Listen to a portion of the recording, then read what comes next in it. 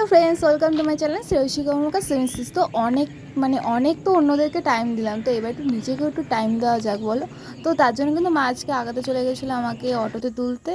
তো ফার্স্টে কিন্তু রাধা কেমিক্যাল থেকে অটোতে উঠে কিন্তু আমি হাবড়া চলে গেছিলাম। হাবড়া থেকে কিন্তু তারপরে আবার অটো ধরেছিলাম তো জায়গাটাতে যাওয়ার জন্য। তো জায়গাটা হচ্ছে আমার দিক দিয়ে খুব স্পেশাল একটা জায়গা, কারণ আমি আমার কমফোর্ট জোনটাতে আবার ফিরে আসতে চাইছিলাম। তো তার জন্যই কিন্তু ওইখানে যাওয়াটা। আর সত্যি কথা বলতে ভিডিওটা দেখলে কিন্তু তোমরা বুঝে যাবে যে আমি কোথায় গেছিলাম। আর অটো কিন্তু অনেকটাই ফাঁকা হয়ে গেছিলো, তো দেখতেই পাচ্ছ মানে টোটাল অল্প কজনই ছিল। আর এত সুন্দর মানে জায়গাটা কি বলবো, মানে খুবই ভালো লাগছিলো। তো বেরিয়ে একটু নিজে একা বেরিয়ে খুবই ভালো লাগছিলো। তো কারোর ভরসায় বসে থাকে না লাইফ, তো নিজের লাইফ নিজেকেই তৈরি করতে, এটা সবাই আশা করি জানে। বাট আমি একটু কারোর পিছনে একটু টাইম দিয়ে দিচ্ছিলাম।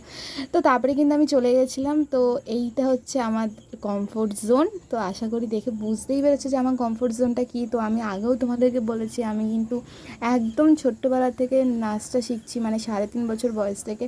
তো আর এটা হচ্ছে মানে বলে না, একটা সাপোর্টের কারোর প্রয়োজন হয়। তো এই দাদাটা হচ্ছে আমাকে খুব সাপোর্ট করে। তো অনেক দিন ধরে আসতে বলছিলাম, আমি আসিনি। তো এইটা হচ্ছে আমার ফার্স্ট এখানে এসে নাচ আমি চালু করলাম। আবার আমি আমার কমফোর্ট জোনে আবার ফিরে আসলাম। তো ভিডিওটা তোমরা একটু দেখতে থাকো কন্টিনিউ।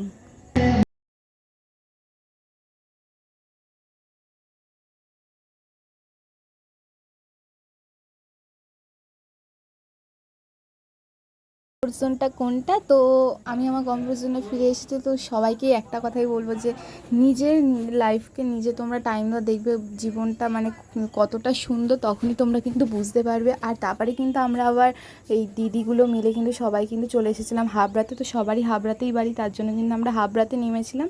তো ওখান থেকে একটু কিন্তু চা খেতে গেছিলাম আমরা, মানে একটা দাদা আমাদেরকে চা খাইয়েছিল। তো ওখান থেকে চাটা খেয়ে কিন্তু আবার বাড়িতে চলে গেছিলাম। তো তারপরে কিন্তু বাড়িতে আমি অ্যাকচুয়ালি ট্রেন ধরেই বাড়িতে গেছিলাম, কারণ ভাবলাম কি অটোতে না গিয়ে আবার ট্রেন ধরে যাওয়াটাই কিন্তু বেটার হবে। তো তারপরে কিন্তু আমি ট্রেনে উঠে পড়েছিলাম। তো ট্রেনে উঠে কিন্তু মা ওদিকে দাঁড়ানো ছিল, কারণ আমার কাছে না ব্যালেন্স খুব কম ছিল বলে মানে বুঝতে পারিনি যে ব্যালেন্সটা এত কম হয়ে যাবে।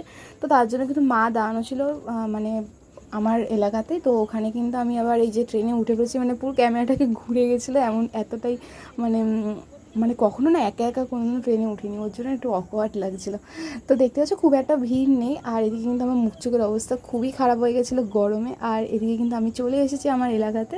তো একদম কিন্তু দরজার সামনেই দাঁড়িয়েছিলাম, কারণ ভেবেছিলাম যদি খুব ভিড় হয় তাহলে কিন্তু আমি আর নামতে পারবো না, কারণ যেহেতু ফার্স্ট টাইম একা একা ট্রেনে উঠেছি, তার জন্য কিন্তু একটু ভয় ভয় লাগছিলোই। তো জানি এত গরমে ভয় পাওয়ার অনেকেই হয়তো বলতে পারো কথাটা, কিন্তু হ্যাঁ ভয় তো আমার একটু লাগছে, কারণ আমি একা একা কোথাও বেরোই না। তো তারপরে কিন্তু আমি অটোতে উঠে পড়েছিলাম এখান থেকে। আর এই দিকটা দেখতেই পাচ্ছ মানে সব কিন্তু অনেকটা ফাঁকা হয়ে গেছিলো, কারণ রাত্রিরে অনেকটাই বেজে গেছিলো। তার মা ওদিকে দাঁড়ানো ছিল, মা কিন্তু অটো থেকে নেমেই কিন্তু মাই কিন্তু টাকাটা দিল, কারণ আমার কাছে টাকাটা বললাম না খুব শর্ট ছিল। আর মাও কিন্তু গেছিলো একটা জায়গায় কেনাকাটা করতে, সাথে কিন্তু আমার আম্মা ছিল আর মাও ছিল। তো সবাই কিন্তু আমার জন্য ওয়েট করছিল। আর এইদিকে দেখতেই পাচ্ছ মা কিন্তু তাড়াতাড়ি দৌড়াচ্ছে, কারণ এক্ষুনি বাপি চলে আসবে আর রান্নাবান্না করতে হবে। তো তার জন্য কিন্তু মা আমার উপর একটু গজগজ করছিলো।